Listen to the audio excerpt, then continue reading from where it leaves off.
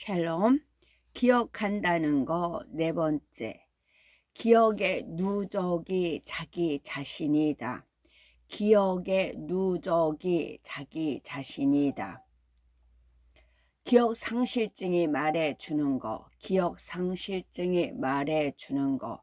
갑자기 밝은 불빛이 얼굴에 비친 순간 놀란 고양이처럼 눈동자가 쪼그라들고 주인공의 몸은 그 자리에 얼어붙은 제 차에 치입니다. 병원에서 기적적으로 깨어나면 늘 그렇듯 난 누구지 하는 표정을 짓죠. 흔히 드라마에서 자주 사용하는 설정입니다. 어떤 사고를 계기로 기억을 잃게 되고 그로 인해 공경에 처한 주인공은 항상 신분증이 없습니다. 본인 이름도 알 수 없고 살던 집도 어딘지 기억 못하는 안타까운 상황에 부닥치죠. 사고 이후 이야기는 자신이 누구인지를 찾아가는 여정으로 바뀝니다. 아무 생각 없이 새로운 사람을 만나 잘 지내다가도 옛날 기억이 불쑥불쑥 솟아나 원래 자신의 정체성을 찾아갈 수밖에 없도록 하죠. 다른 한편에서는 갑자기 사라진 주인공을 찾느라 친구들이 고생하는 장면이 그려지고요. 사고를 계획한 사람 쪽에서 주인공이 돌아오지 못하도록 방해하는 장면이 나오며 드라마를 보는 사람을 긴장하게 합니다. 주인공이 나는 대체 누구인가 라고 고민하며 방황하는 이야기는 흥미롭습니다. 그런 이야기가 흥미로운 이유는 우리가 비슷한 질문을 품기 때문이기도 합니다. 나는 어떤 사람인가 하고 궁금하니 심리 테스트를 하기도 하고 점을 보기도 하고 혈액형별 성격이나 별자리 성격을 찾아보기도 하죠. 기억을 잃어버린 주인공의 이야기에 극단적으로 보여주듯이 내가 누구인가의 핵심에는 내가 지닌 기억이 있습니다. 과거 기억을 잃어버리고 나서 자신의 혈액형이 AB형이고 태어난 날의 별자리가 사수자리라는 사실을 아는 것은 아무런 의미도 없습니다. 정체성과 기억의 연속성, 정체성과 기억의 연속성. 제가 고등학교일 때 메인 블랙이라는 영화가 인기였습니다. 주인공 2명이 근무하는 부서의 이름을 MIB라고 하고 주된 업무는 외계인 대응입니다. 검은색 양복을 멋있게 입은 주인공 2명이 지구를 파괴하려는 외계인의 음모를 막아내는 내용이 영화의 주된 줄거리죠. 이미 지구에 정착해서 사는 외계인도 나오는데 그런 외계인의 협조로 외계의 기술을 이용해 주인공이 쓰는 장비를 만들기도 합니다. 그런 장비 중 하나가 기억을 지우는 장치인데요. 꼭 은색 만년필처럼 생긴 이 장치를 꺼내 적절하게 다이얼을 돌려 버튼을 누르면 기억이 지워지는 거죠. 자, 여길 보세요 라고 주목하게 한 다음 빛이 번쩍하면 방금 목격한 외계인 소동은 까맣게 잊게 됩니다. 일반인들에게는 외계인의 존재를 비밀로 유지해야 하니 이 장치는 MIB 요원에게는 필수품이죠. 주인공 중 선배 요원이 이제 늙고 지쳤다며 은퇴할 때도 후배 요원이 기억 삭제 장치를 사용해서 그의 기억을 지웁니다. 외계인의 존재를 알아버린 사람을 그냥 은퇴시킬 순 없었나 봐요. 선배 요원은 요원으로 활동했던 기억이 모두 지워진 채 우체국 말단 직원으로 평범한 삶을 살게 됩니다. 기억을 지우고 나서 MIB 요원으로 활동할 때 지냈던 후배 요원, 같이 일했던 동료 모두 알아보지 못하죠. 그런데 우체국 직원으로 사는 이 사람을 MIB 요원이었던 사람과 같은 사람이라고 할 수 있을까요? 비록 겉모양은 같지만 전혀 다른 기억을 가지고 인간 관계도 달라진 사람을 같은 사람이라고 할 수가 있을까요? 아마 같은 사람이라고 보기는 힘들 거예요. 억지로 검은 양복을 입히고 예전 요원으로 활동하던 시절 쓰던 무기를 손에 쥐어 주더라도 여전히 기억을 못한다면 말이죠. 입혀놓은 양복을 어색해하며 좀 전까지 일하던 우체국으로 돌아가고 싶어 한다면 이제는 다른 사람이 되어버렸다고 해야 할 겁니다. 어떤 한 사람의 정체성과 자아를 유지하는 데는 그 사람이 지닌 기억의 연속성이 중요합니다. 판타지 세계에서는 아주 오래 사는 존재가 등장하곤 합니다. 수천 년을 사는 엘프나 영원한 젊음을 유지하기 위해 피를 빠는 흡혈귀 같은 종족이 그렇죠.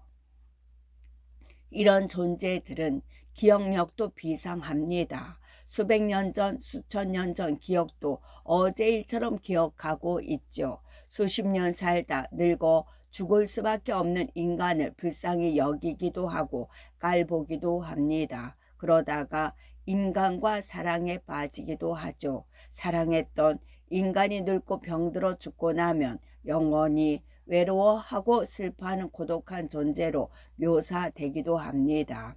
이런 불멸의 존재가 나 오래 살았어 라고 말할 수 있는 건 옛날 기억이 살아있기 때문입니다. 수천 년, 수만 년 살아온 존재가 우리 인간처럼 잘 까먹는다고 생각해 보세요. 뭔가 이상해집니다.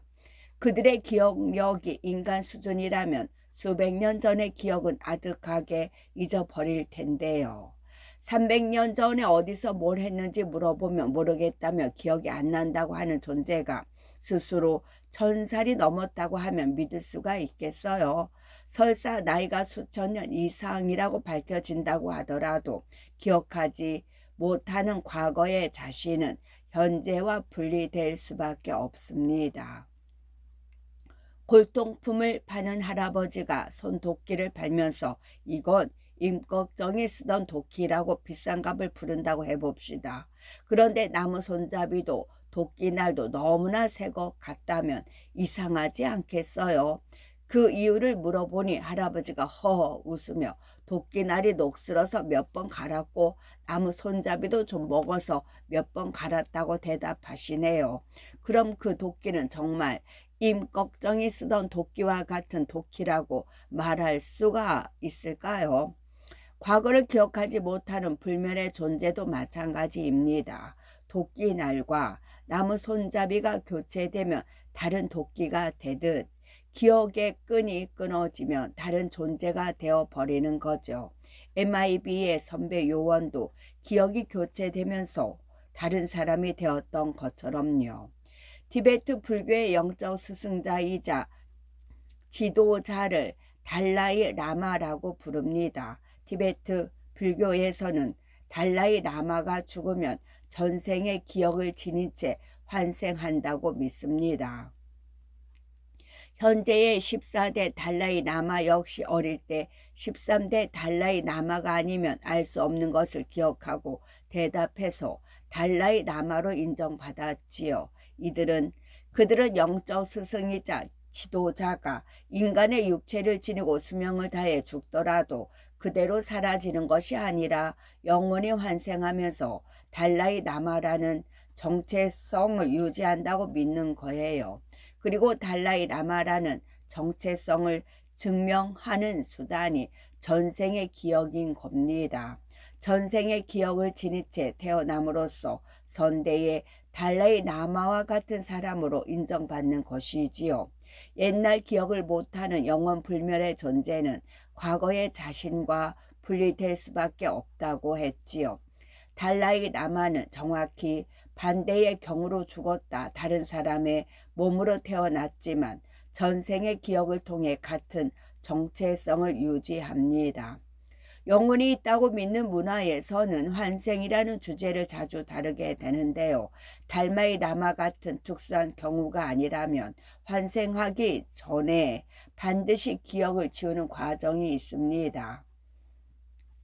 그리스 로마 신화에는 이승과 저승 사이에 강 중에 망각의 강 레테가 있어요. 망각의 강을 건널 때 강물을 마시고 전생의 기억을 잊게 되죠. 우리나라의 설화에서도 사람이 죽으면 저승에 가고 다시 태어나기 전에는 기억을 지우죠.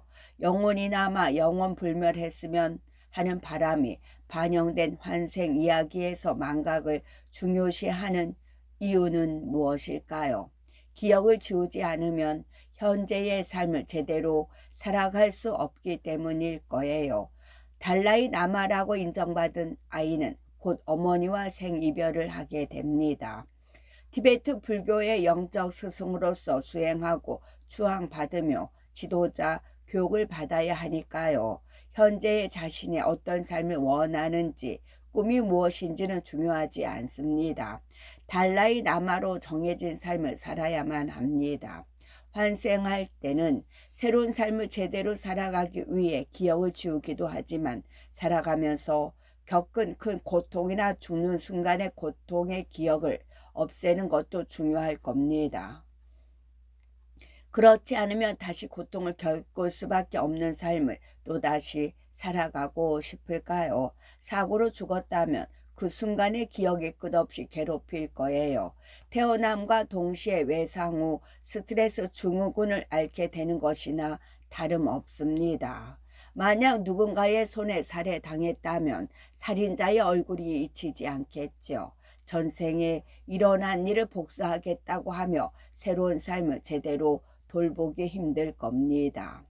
사람이 살면서 누적한 기억이 곧 그 사람 자체이기 때문에 전생 기억을 지닌 채 환생하는 것은 새로 태어났다고 할 수 없습니다.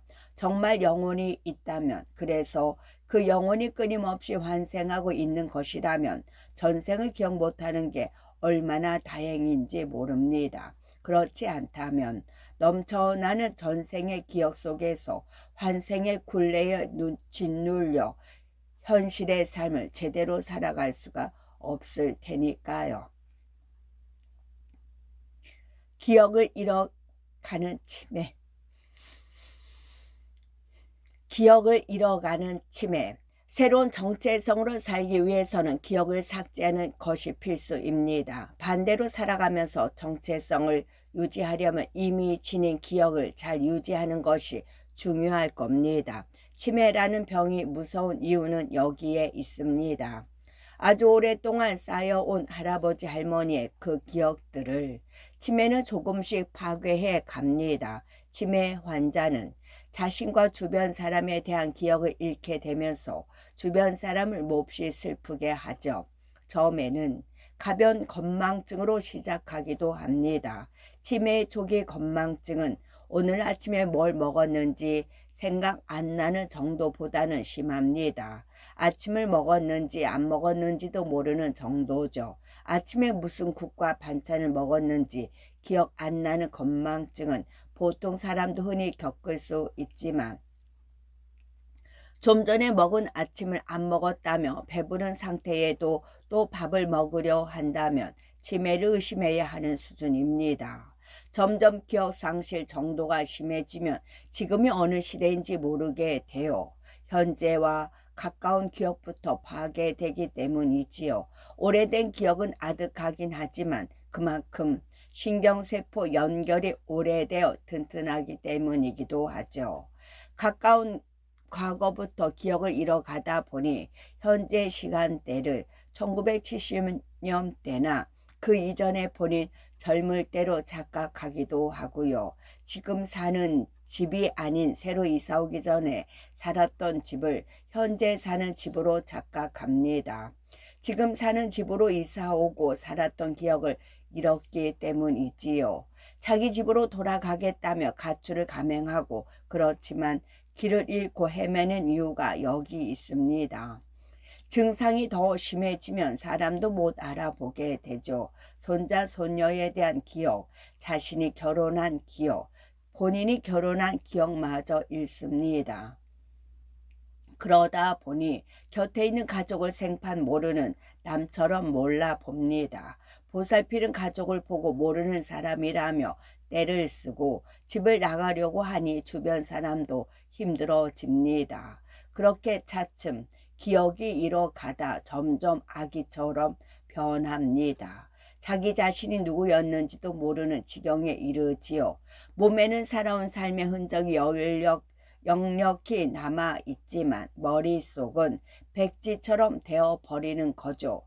기억을 잃고 자기 자신을 잃어버리는 것만큼 무서운 일도 없을 거예요.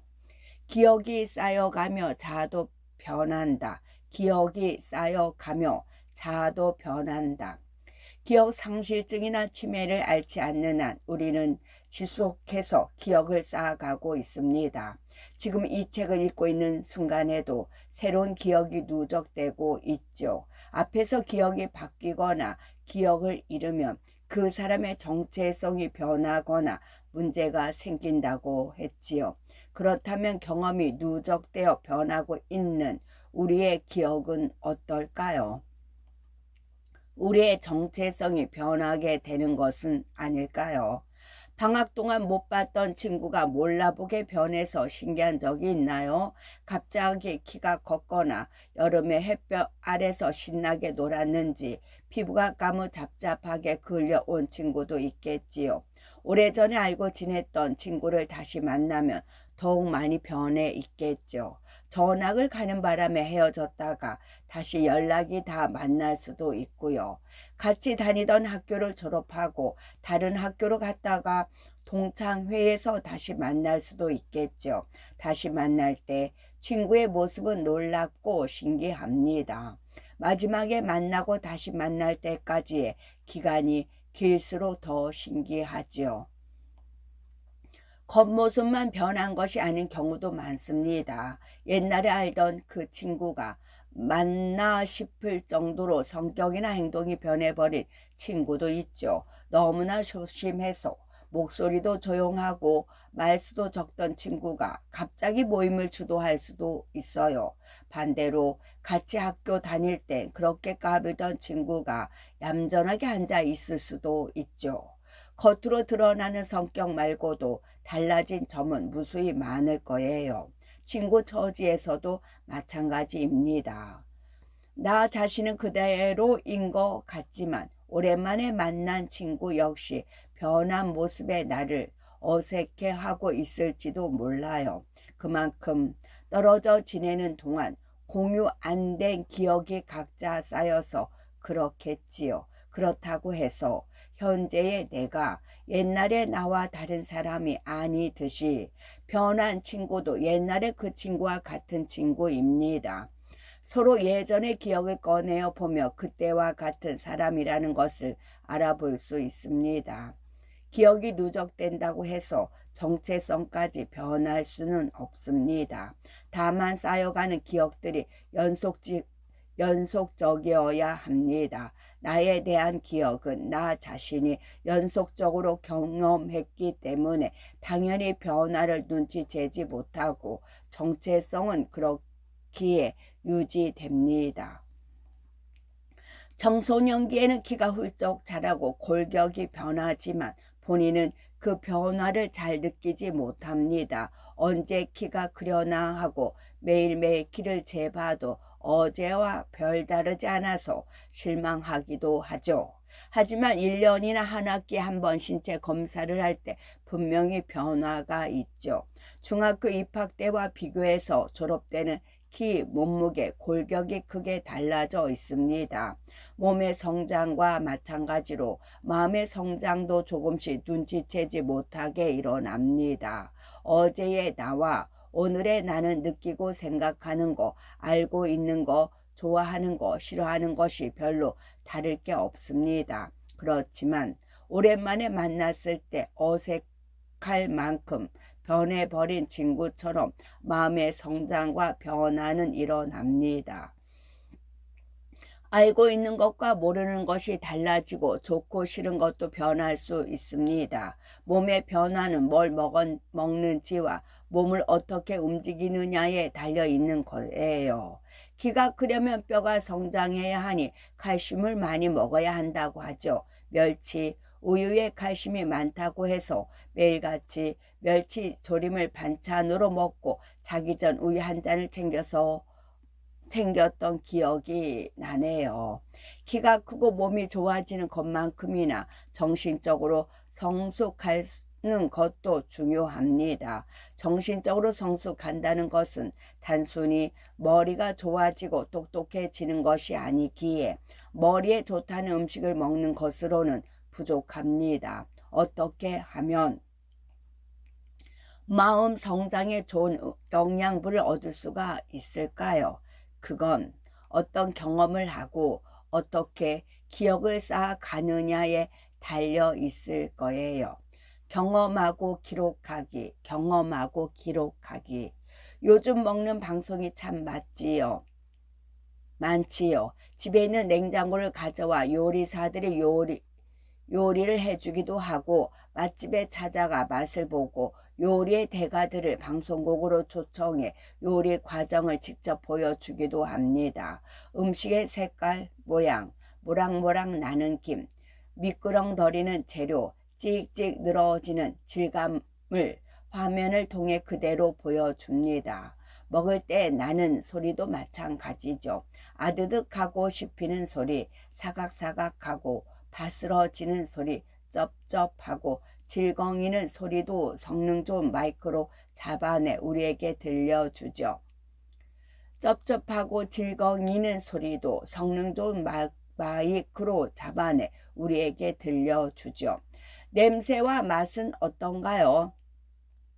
눈물 날 정도로 강력한 매운 고추의 향도, 구수한 곰탕의 향도, 약간은 비릿한 생선회의 냄새도 방송을 보는 우리는 맡을 수 없습니다. 맛도 마찬가지죠. 출연자들이 새콤달콤한 맛이 난다고 하거나 매콤한 맛이 난다고 하면 그 표현을 귀로 들을 수밖에 없습니다. 먹는 행위에는 냄새와 맛이 필수적인데도 방송은 그것을 전달하지 못하는데도 먹는 방송을 보면서 우리는 즐길 수 있습니다. 음식을 먹어본 경험을 바탕으로 그 맛과 향을 상상해 보면서 침을 삼키기도 하고 먹어보고 싶어 맛집을 검색해 보기도 하지요. 음식의 맛과 향을 상상하며 먹는 방송을 즐기려면 이것저것 먹어본 경험이 먼저 있어야겠지요. 방송에 나온 맛집에 찾아가서 음식을 먹어본 후 이건 신선한 재료로 잘 만든 음식이야 라든가 간이 제대로 안 배어 있어 라고 평하려고 해도 이전에 많은 음식을 먹어보는 것이 필요하겠죠. 그 맛을 그냥 지나쳐 버리는 것이 아니라 재료와 향신료의 이름과 함께 기억해 두면 더더욱 도움될 겁니다. 정말 미식가가 될 작정이라면 사진도 찍어두고 맛과 향에 대해 기록하고 들어간 재료나 조리법에 대해 알아보는 것이 필요합니다. 먹는 방송을 보는 것을 간접 경험이라고 한다면 직접 경험은 본인이 먹어보는 것이겠죠. 먹는 방송을 생동감 있게 보고 즐기기 위해 직접 먹어본 경험이 필수적이고요. 미처 알지 못했던 맛있는 음식을 찾아가 먹어보는 데는 먹는 방송을 보는 것이 도움됩니다. 이처럼 직접 경험과 간접 경험은 서로 도우면서 우리의 삶을 풍요롭게 하지요. 책을 읽거나 만화를 보거나 영화, 드라마를 보는 것도 마찬가지입니다. 간접 경험을 통해 직접 경험해 보지 못한 세계로 우리를 데려가 줍니다. 좀비로 가득한 세계에서 생존하기 위해 발버둥 치기도 하고 마법, 지팡이를 휘두르며 빗자루를 타고 날아다니기도 하죠. 그런가 하면 상상하기도 싫은 슬픈 경험을 대신하게 하기도 하죠. 사고를 당하거나 범죄의 피해자가 되기도 하고 소중한 사람이 목숨을 잃는 고통을 주인공을 통해 경험하기도 합니다. 상상의 세계를 풍요롭게 하는 것은 보는 사람의 머릿속 상상력에 달려 있습니다. 만약 비슷한 경험을 해봤다면 더 구체적인 상상이 되겠지요. 나는 빗자루를 타고 고개하듯 이리저리 다니는 장면은 놀이공원에 롤러코스터 같은 놀이기구를 타본 경험으로 더 생생해질 수 있을 거예요. 맛있는 음식을 먹으면 사진을 찍고 기록을 해두는 미식가처럼 본인의 경험을 잘 기록해 두는 것은 여러모로 도움이 됩니다. 일기는 단순히 있었던 일을 기록해두고 나중에 기억해내는 데만 쓰이진 않습니다. 새로운 맛있는 음식을 재우기 위해 기다리는 미식가의 빈 노트 같다고 생각하면 어떨까요? 앞으로 자신에게 일어날 하루하루를 채우는 노트로서의 일기 말이죠. 그러기에 일상은 너무도 단조롭고 지루하다고 할 수가 있습니다. 매일매일 맛있는 음식을 찾아 먹지 못하고 집에서 밥과 같은 반찬만 먹는다면 미식가 노트를 어떻게 채우겠느냐고 할 수가 있죠. 텅 빈 일기장 앞에서 학교 갔다, 밥 먹었다, 학원 갔다, 집에 왔다 같은 것만 떠올라 난감할 수도 있습니다. 일기를 매일매일 습관적으로 써야 한다는 생각에서 벗어나도 좋습니다. 써두지 않으면 아쉬울 것 같은 일, 쓰지 않으면 감정이 풀리지 않는 일, 마음속으로만 생각해야 하는 일 같은 것을 해소하듯 가끔 쓰는 것도 괜찮지요.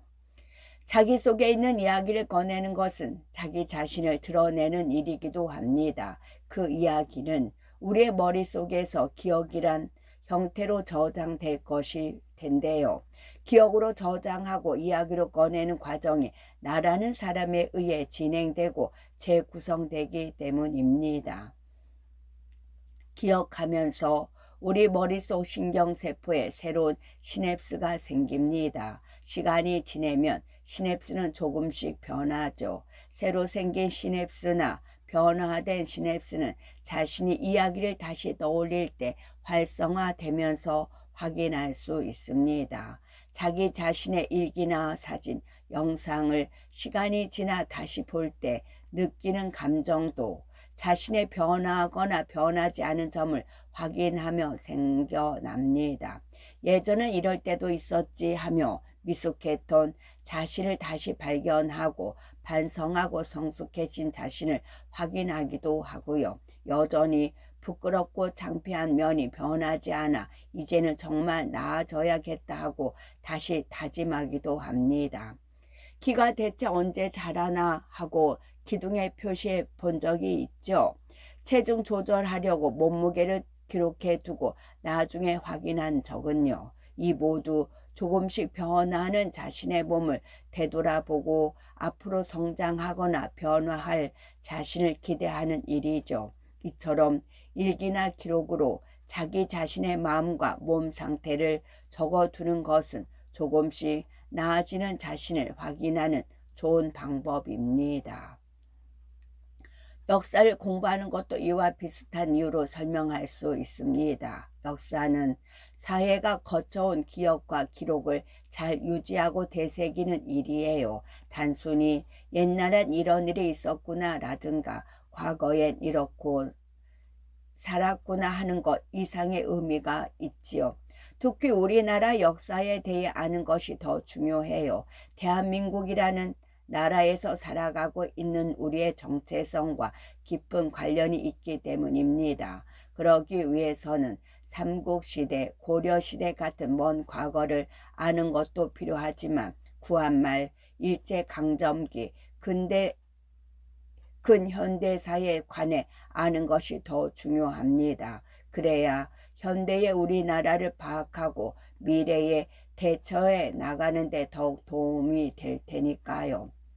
어떤 과정과 변화를 거쳐 현재의 우리 사회가 되었는지에 대해서 공부하다 보면 지금 일어나고 있는 많은 일에 대해 조금 더 깊이 생각하는 힘이 생기겠죠.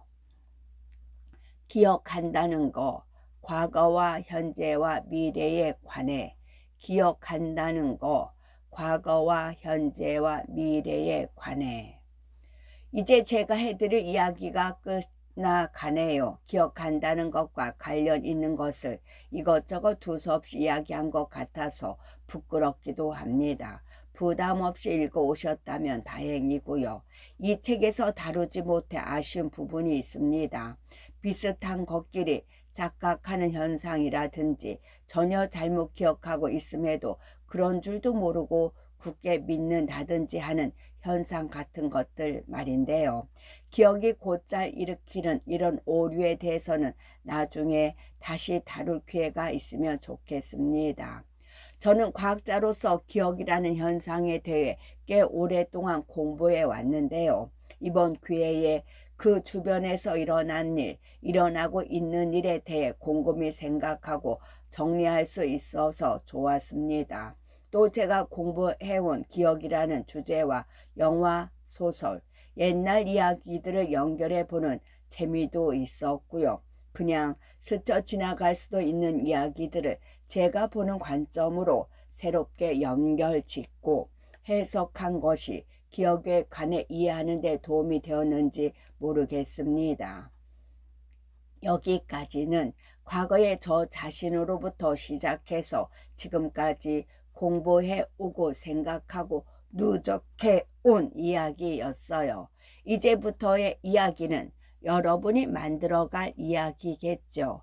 책을 벗어난 앞으로의 시간은 독자 여러분이 중심이 되어야 합니다. 다만 제가 해온 이야기들이 여러분 머릿속에서 새로운 연결이 이루어지면서 또 다른 기억을 만들었으면 좋겠습니다. 여러분에 의해서 재조립되어 전혀 다른 이야기거리가 만들어졌으면 좋겠습니다. 여러분이 이 책을 읽고 이제 기억에 대해 알았다고 만족하기보다는 또 다른 시작으로 삼았으면 좋겠습니다. 저처럼 기억이라는 현상에 대해 과학적으로 탐구할 수도 있겠죠. 그것 말고도 흘러가는 기억을 붙잡기 위해 글을 쓰거나 그림을 그리거나 영상을 찍을 수도 있고요. 다른 사람의 기억에 대해 호기심이 생겨 이것저것 묻고 확인할 수도 있겠죠. 자기 자신에 대해서도 호기심을 품고 들여다보면서 앞으로 나아가는 여러분이 되었으면 좋겠습니다. 여기에 더해 우리의 기억에 대해 궁금해했으면 좋겠습니다. 결국 우리는 다른 사람과 영원히 떨어져 지낼 수 없으니까요. 나의 정체성은 나 혼자만의 기억으로 구성되는 건 아닙니다. 다른 사람의 눈에 비친 나도 분명히 나의 정체성 일부를 이루게 돼요. 마찬가지로 내가 보는 다른 사람의 모습 그리고 그 사람에 대해 누적된 나의 기억도 그 사람의 정체성을 형성하는 데 중요합니다. 이렇게 서로에 대한 기억의 연결과 교환으로 우리를 만들죠. 우리의 범위를 직접 관계를 맺고 있는 사람에서 조금 더 범위를 넓히면 사회가 되고 자연까지 확장하면 지구가 됩니다. 기억이라는 단어를 시간의 직선 위에서만이 아니라 공간의 벽면 위에 펼치는 것이죠. 저 개인적으로는 제 아내와 얼마 전 태어난 딸과 살아갈 기억이 기대되네요. 경험해 보기 전까지 전혀 상상할 수도 없어 조금 두렵기도 합니다. 이미 제 아내는 몸의 변화를 겪으며 더 깊이 딸과 관계 맺었지요. 출산 과정과 그 뒤에 육아에 대해 이미 겪어본 사람들의 경험도 귀담아 듣고 있긴 하지만 저와 아내가 서로 대화하며 결정하고 경험하지 않으면 안 됩니다. 그리고 새로운 기억의 주체가 될 딸의 등장으로 우리 가족의 새로운 연결이 시작되고 관계가 변화할 앞으로의 과정이 과거의 어떤 기억보다 강력할 것 같은 느낌입니다.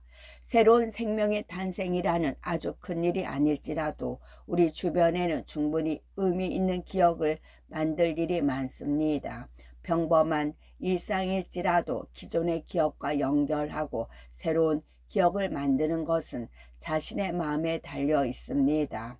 남들이 보기에 아무리 사소한 일일지라도 그로 인해 세상을 바라보는 자신의 눈이 변화될 수도 있습니다. 나라는 인간이 거쳐가는 이야기에서 지금 현재는 언제나 미완성된 이야기죠. 이미 쓴 이야기마저도 우리의 기억을 어떻게 대하고 보느냐에 따라 달라질 수도 있습니다. 앞으로의 쓰일 이야기는 말 그대로 어떤 이야기가 될지 모릅니다. 우리의 온몸과 마음을 다해 그 이야기를 써 내려가겠지요. 이야기를 써가는 과정이 부디 즐겁고 기대되는 일이길 바랍니다. 끝.